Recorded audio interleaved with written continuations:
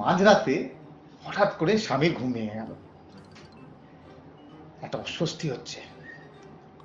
তো স্বামী স্ত্রীকে ডাকছে অনেক সাহস করে, ওগো ওগো শুনছো?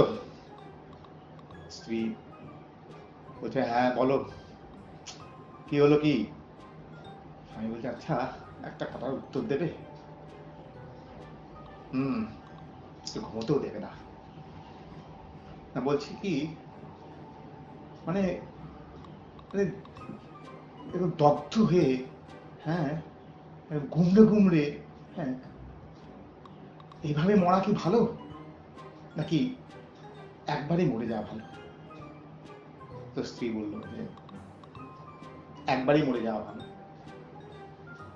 তাহলে একটা কাজ করো, তোমার আর একটা পাও আমার বুকে তুলে দাও।